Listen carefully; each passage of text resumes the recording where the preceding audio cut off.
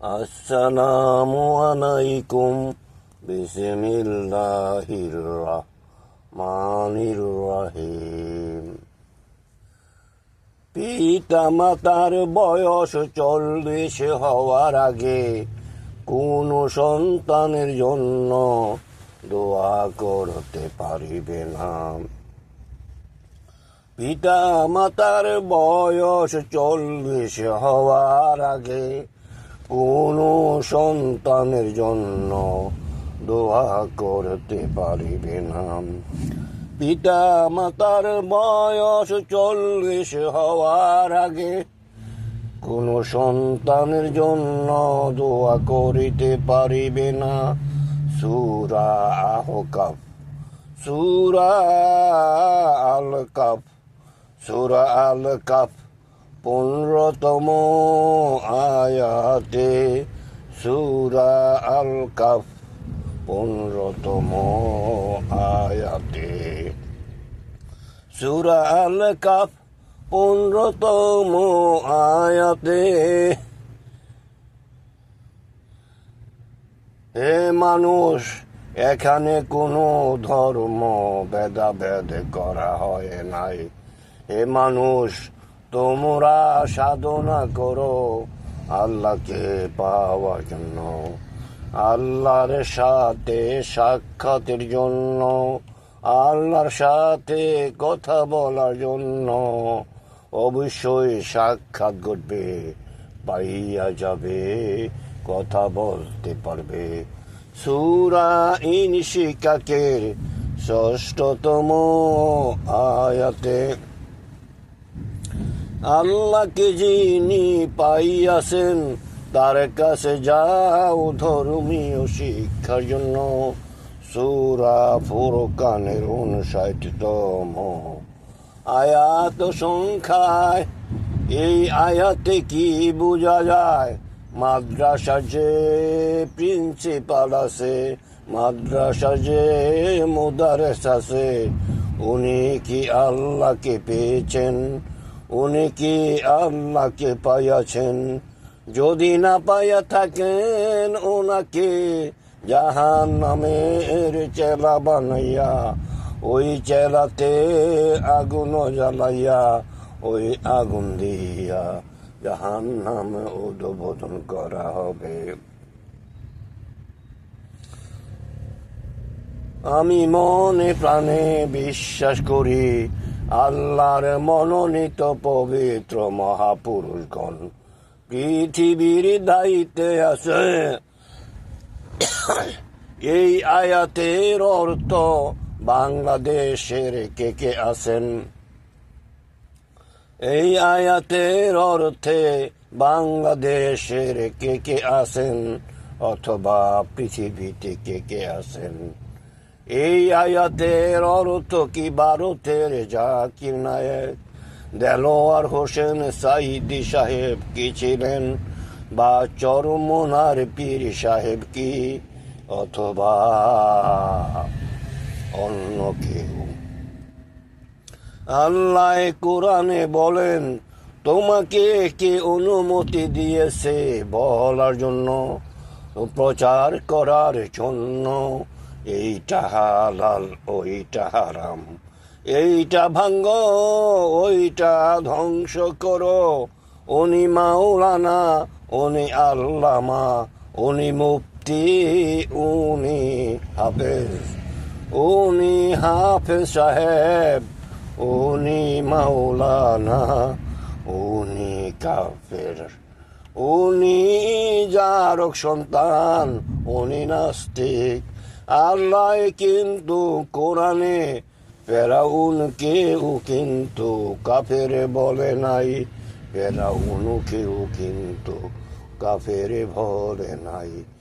এই আয়াতের অর্থ কি বুখারীর লেখা ধর্মীয় বই নাকি, তিরমিজির লেখা ধর্মীয় বই নাকি, ইবনে মাজার লেখা ধর্মীয় বই নাকি, আবু নাসায়ের লেখা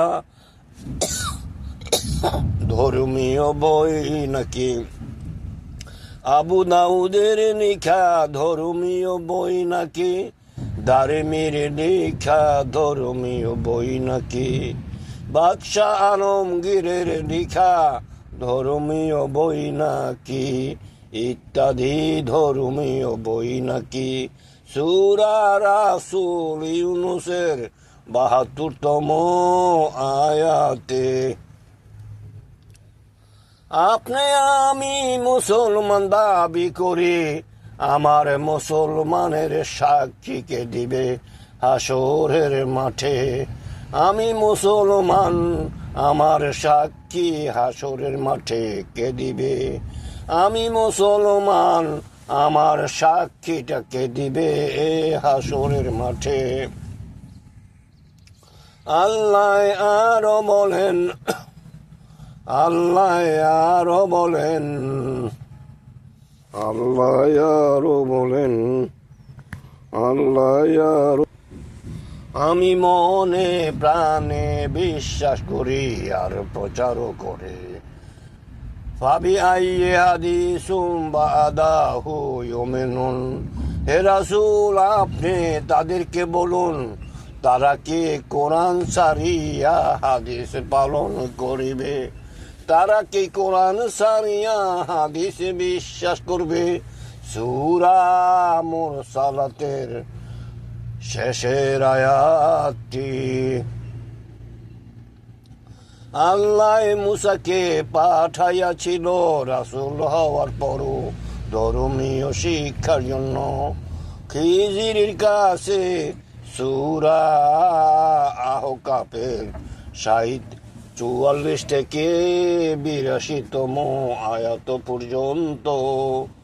আমি মুসলমান দাবি করি, আমার মুসলমানের সাক্ষী কে দিবে হাসরের মাঠে? আমি মুসলমান দাবি করি, আমার সাক্ষীটাকে দিবে হাসরের মাঠে। আমি মুসলমান দাবি করি, আমি মুসলমান, আমার সাক্ষীটা হাসরের মাঠে কে দিবে? প্রশ্ন রহিল। আল্লাহ কোরআনে সূরা মুরসালাতে ১০ বার বলেছেন, মিথ্যাবাদীরা জাহান্নামী, মিথ্যাবাদীরা জাহান্নামী।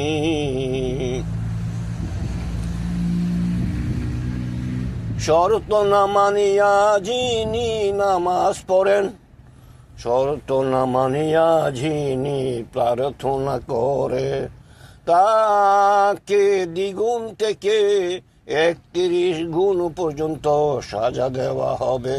তাকে দ্বিগুণ থেকে ৩১ পর্যন্ত সাজা দেওয়া হবে।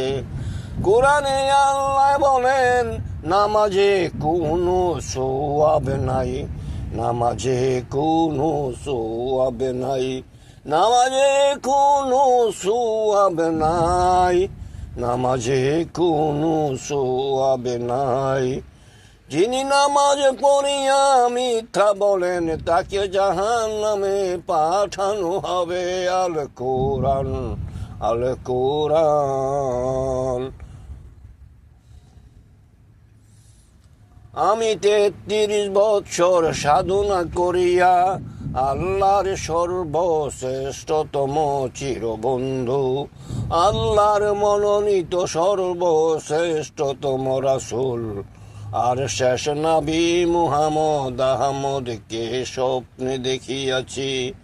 উনি আমাকে বলেছেন, কোরআনের ভিতরে ৬,২৩০টি আয়াত, এর কম বেশি যারা বলবে, প্রচার করবে, শিক্ষা দিবে, তারা সকলেই আল্লাহর সকল সৃষ্টি থেকে অভিশাপ পাবে। আপনি যদি অভিশাপ পান, দান খয়রাত কোনো কিছুই কাজে আসবে না। আল্লাহ বলেছেন, সঠিকভাবে জানো, সঠিকভাবে করো, সঠিকভাবে প্রচার করো।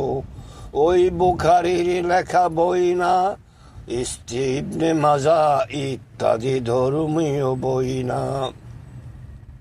আল্লাহ কোরআনে সূরা বাইনাতে বলেন, যারা যারা আসমানে কিতাব পড়িয়া আর লেখকের ধর্মীয় বই পড়িয়া অসৎ কর্ম পরায়ণ হইয়াছে, তারা সৃষ্টির অধম, তাদেরকে জাহান্নামের চেলা বানাইয়া ওই চেলাতে আগুন জ্বালাইয়া ওই আগুন দিয়া জাহান্নাম উদ্বোধন করা হবে।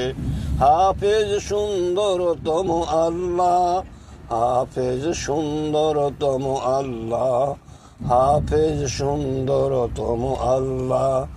আমি অনুরোধ করছি, বুখারী ইত্যাদি লেখা ধর্মীয় বই পড়ে নয়, রাসূলের কাছ থেকে অনুমতি নিয়া, রাসূলের কাছ থেকে অনুমতি নিয়া, রাসূলের কাছ থেকে অনুমতি নিয়া ধর্মীয় বক্তৃতা করেন, নতুবা জাহান্নামের চেলা বানাইয়া সেই চেলাতে আগুন জ্বালাইয়া সেই আগুন দিয়া জাহান্নাম উদ্বোধন করা হবে। হাফেজ সুন্দরতম আল্লাহ, হাফেজ সুন্দরতম আল্লাহ, হাফেজ সুন্দরতম আল্লাহ, হাফেজ সুন্দরতম আল্লাহ, হাফেজ সুন্দর